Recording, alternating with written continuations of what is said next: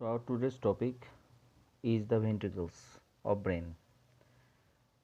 So what you should see, so the two lateral cerebral hemispheres, and in between the two lateral cerebral hemispheres within or in between the diencephalon and behind the brain stem, there are the three ventricles which are connected by the interventricular foramen of Monro or by the aqueduct. Okay. So if you see the ventricles within the cerebral hemisphere, it is look like this. So laterally here you will see the green color I have drawn with the green color. So it is C-shaped structure. So it is the here lateral ventricle. So lateral ventricle, it is situated within the cerebral hemispheres. Okay. In between the two diencephalon, there is the third ventricle which is connected with the lateral ventricle by the interventricular foramen of Monro, and here behind the brainstem here. So this is the fourth ventricle which is connected above with the here the aqueduct of Sylvius, and below it is the central canal through which it is connected with the spinal cord. Okay.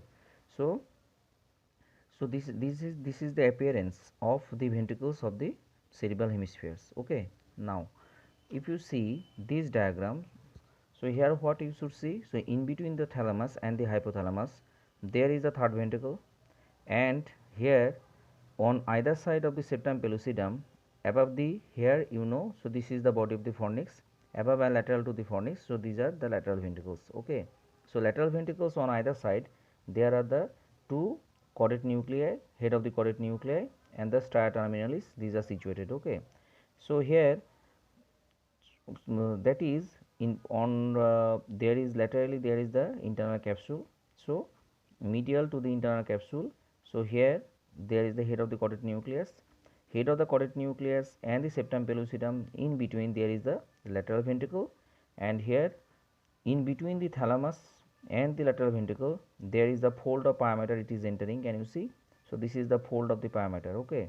So in this diagram, so here that is the thalamus. So in between the here the body of the fornix and the thalamus, so there is the fold of the pyometer. Okay. So that is entering inside. So this is the diagram. So here it is the fold of the pyometer. Okay. So fold of the pyometer, that is sandwiched in between the above there is the lateral ventricle, and below that is the superior surface of the thalamus. So in between there is the here the fold of the pyometer along with the choroid plexus. So this is the fold. Okay. So here you are looking, that is through the sagittal section. So here the that is the here coronal section, and this is the mid sagittal section. So here this is the fold of pyometer along with the here the choroid plexus, and there is the beginning of the here, that is the great cerebral vein of Galen. So this is the beginning. So that is just below the here, that is the splenium. Okay. So now if you start the here, that is the third ventricle. So what you will see, so third ventricle, it is in between the thalami. Okay. Right and the left thalamus above, and below there is the hypothalamus. Okay. So above there is the here the that is the body of the fornix, and below the body of the fornix there is the fold of the pyometer. Okay. Or that is called the telachoroidea along with the choroid plexus. Okay. So that is within this coronal section, and this sagittal section if you see, so here this is the third ventricle. So third ventricle, here the superior boundary is formed by the body of the fornix and the telachoroidea along with the choroid plexus. Okay. The anterior boundary is formed by, that is the anterior commissure and the lamina terminalis. The floor is formed by, from anterior to posterior, the optic chiasma, here the tuberous cinerarium, and the here the pituitary stalk, and there is the mammillary body, and most posteriorly that is the here the crus cerebri or the cerebral peduncle. Okay. Now posterior boundary is formed by, so here the pineal gland along with the two stalks. So superior, through the superior stalk, here the habenula commissure is passing, and the inferior stalk through which the posterior commissure is passing. Okay. So this is forming the here along with the above the here the pineal gland. So there is the supraoptic recess, and here in between the two stalks here there is another recess, that is called pineal recess. Okay. Suprapineal recess, this is the pineal recess. Okay. So these are forming the posterior boundary. So this is about the boundary of the here the third ventricle. Okay. Now here if you see the lateral ventricle, so lateral ventricle here the anterior horn, so this is the anterior horn of the lateral ventricle. So anterior horn, it is in front of the here the interventricular foramen of Monro. So if this is the vertical section or vertical line, so in front of the interventricular foramen of Monro, so this is the anterior horn. So in between the interventricular foramen of Monro here, so here what we will see, that is the body of the ventricle, that is body of the lateral ventricle, it is starting, and it is the through the occipital pole. If you see through the occipital lobe, there is another part, the common part of the ventricle, lateral horn of the lateral ventricle, that is passing. So one is the body and the inferior horn. So in between there is the here which part of the lateral ventricle which is situated within the occipital lobe. So this is called posterior horn, and the from the posterior horn there is another limb of the lateral ventricle, it is entering within the temporal lobe. So this is called inferior horn. Okay. So the cut section, it is showing the different the structures which are forming the boundary of the each part of the lateral ventricle. So these are very important. So you should have to remember how the ventricular boundary is formed. Okay. So if you see this anterior horn, the boundary formed by boundaries, that is boundary formed by the structures in the anterior horn. So here what we will see, so the upper boundary, superior boundary is formed by the under surface of the corpus callosum, under surface of the corpus callosum. The medial boundary is formed by septum pellucidum, septum pellucidum. The inferolateral boundary, this is triangular in shape, anterior horn is triangular in shape. So inferolateral boundary is formed by, so head of the choroid nucleus. So it is the head of the choroid nucleus. Okay. Now this is the here in this section posterior, so posterior horn.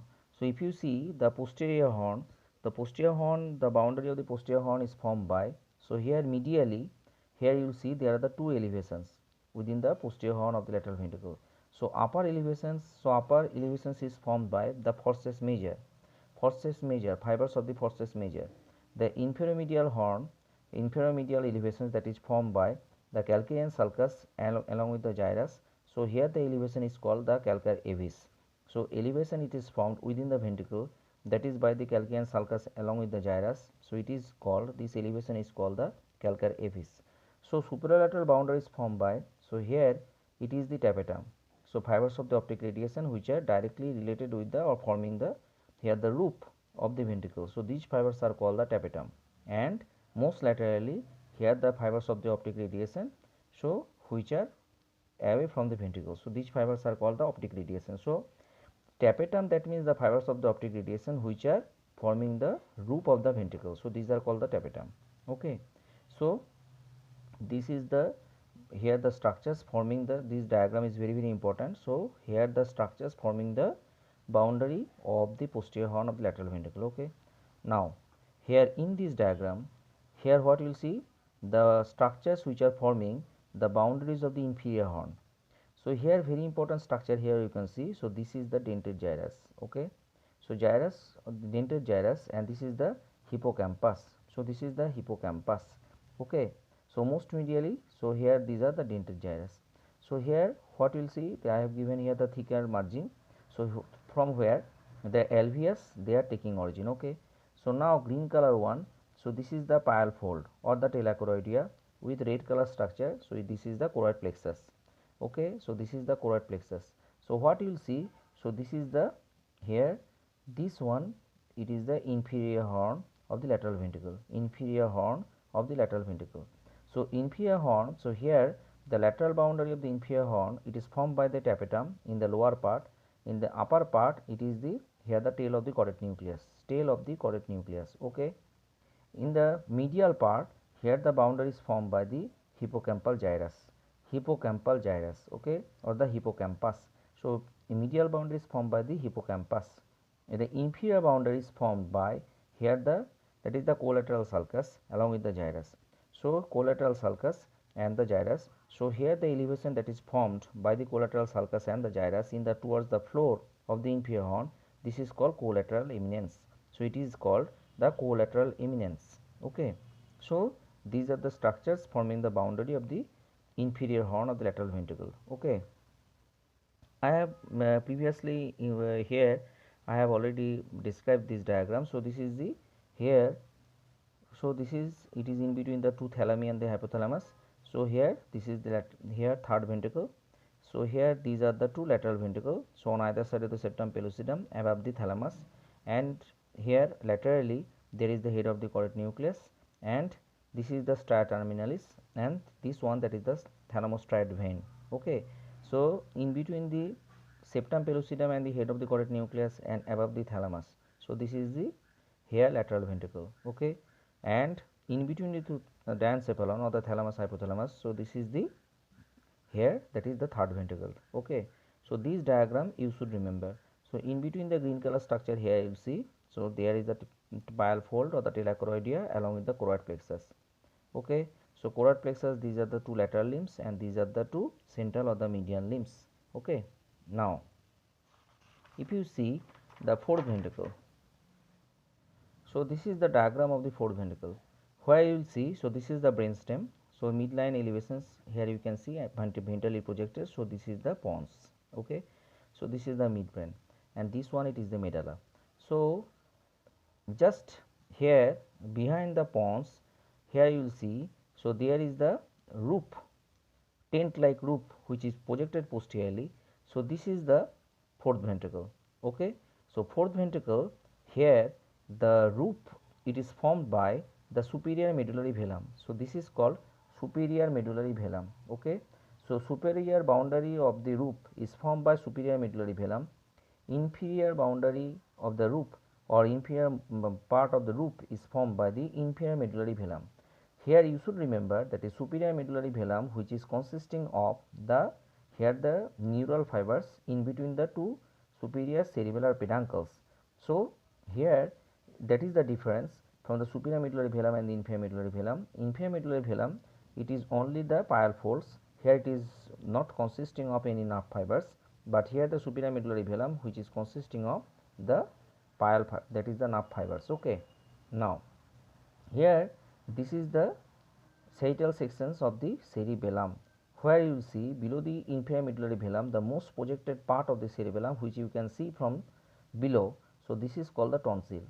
So this is the diagnostic point in CT or MRI. So you should remember. So below the inferior medullary velum, the most prominent part of the cerebellum, so this is called, or most projected part, this is called tonsil. Okay, now here what we will see, so here this is the central canal. Okay, lower part of the brainstem.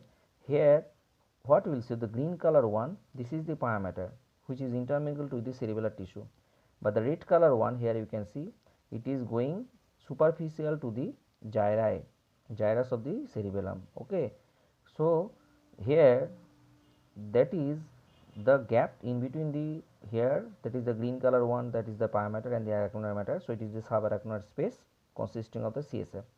So in this diagram what I have shown, I am trying to show you, that is the here the green color membrane, it is deficient posteromedially as well as the posterolaterally in the lower part. So the posteromedial one with this aperture, it is called the foramen of Magendie. On either side of the midline, this is called the foramen of Lasker. So through which the CSF, after its formation, it is coming here, coming outside to be circulated here. Okay, so that the brain is that is floating within the CSF. Now here, that is green color one I have given here. So green color one, the membrane that is deficient here, the red color, that is due to this deficiency, here it is ultimately leading to, that is here you can see the red color one, that is the arachnoid matter.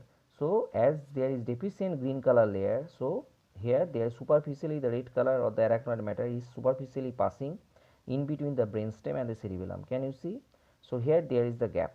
Okay, now here if you see the floor of the fourth ventricle, so here you can see, so this is almost diamond shaped.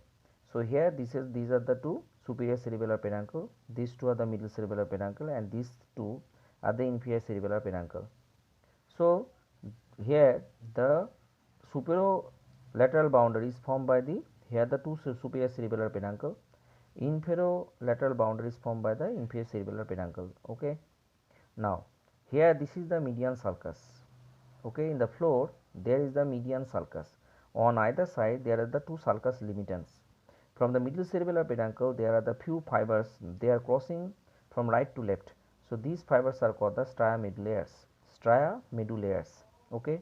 So above the, here what we will see, above the stria medullaires, on either side of the sulcus limitans, above and below the stria medullaires there are the two depressions. So these depressions are called, the upper one is upper pair is called the superior fovea and the inferior one called the inferior fovea.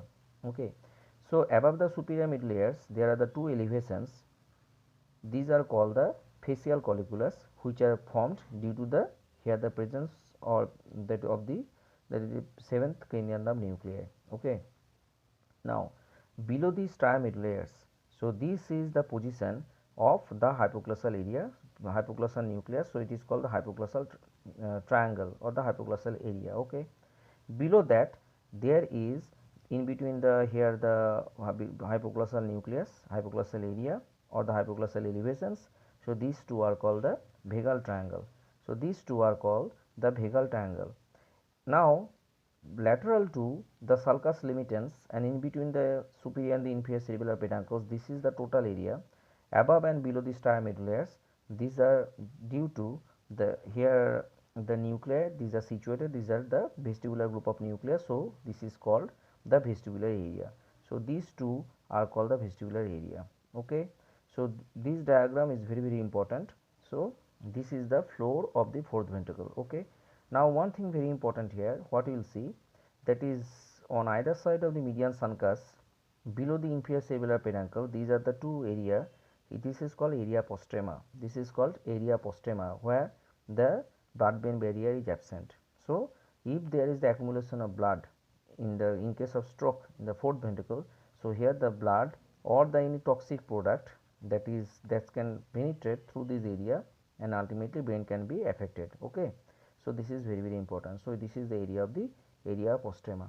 So you should remember the diagrams of the ventricles of the brain, and this is given as a long question. So you should have to draw the diagram to describe the floor and what are the different walls, the structures forming the different walls of the ventricles of the brain. So go through very carefully. Thank you.